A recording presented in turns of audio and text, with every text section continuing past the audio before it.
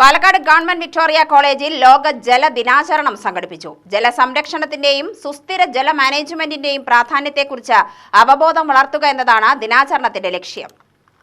കേരള ഗ്രാമീണ ശുദ്ധജല വിതരണ ശുചിത്വ ഏജൻസി, കാലിക്കറ്റ് സർവകലാശാല നാഷണൽ സർവീസ് സ്കീം ജില്ലാ unit, mirror centre for social change എന്നിവർ സംയുക്തമായാണ് ജലദിനാചരണം സംഘടിപ്പിച്ചത്.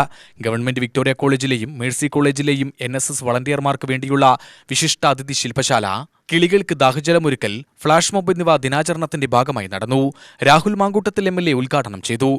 പാലക്കാട് ഒന്ന് വിട്ടുകഴിഞ്ഞാൽ വലിയ വെള്ളപ്പൊക്കത്തെ പറ്റിയിട്ടൊക്കെയാണ് നമ്മൾ സംസാരിച്ചുകൊണ്ടിരിക്കുന്നത്.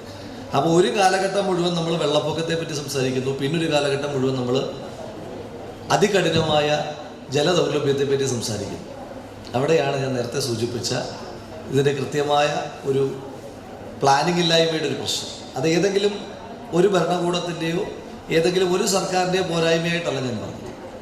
സമഗ്രമായ അത്തരത്തിലൊരു പദ്ധതിയെപ്പറ്റി കേരളം പോലെ ഇന്ത്യയിൽ തന്നെ ഏറ്റവും അധികം മഴ ലഭിക്കുന്ന എല്ലാ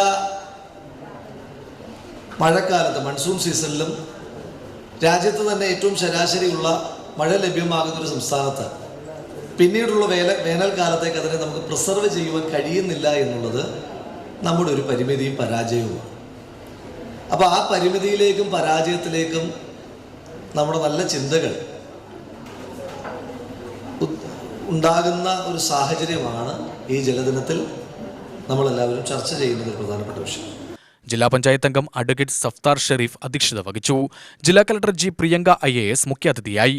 Palakkad KWASC EN Surendran, NSS ജില്ലാ coordinator Muhammad Rafeeq, Victoria college NSS program officer doctor C. Asha എന്നിവർ പ്രസംഗിച്ചു.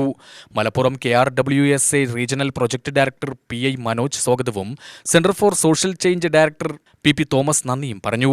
Malappuram KRWSA formal regional project director Narendradev, water conservation specialist KD Joseph എന്നിവർ വിവിധ സെഷനുകൾ നയിച്ചു. UTV news, Palakkad.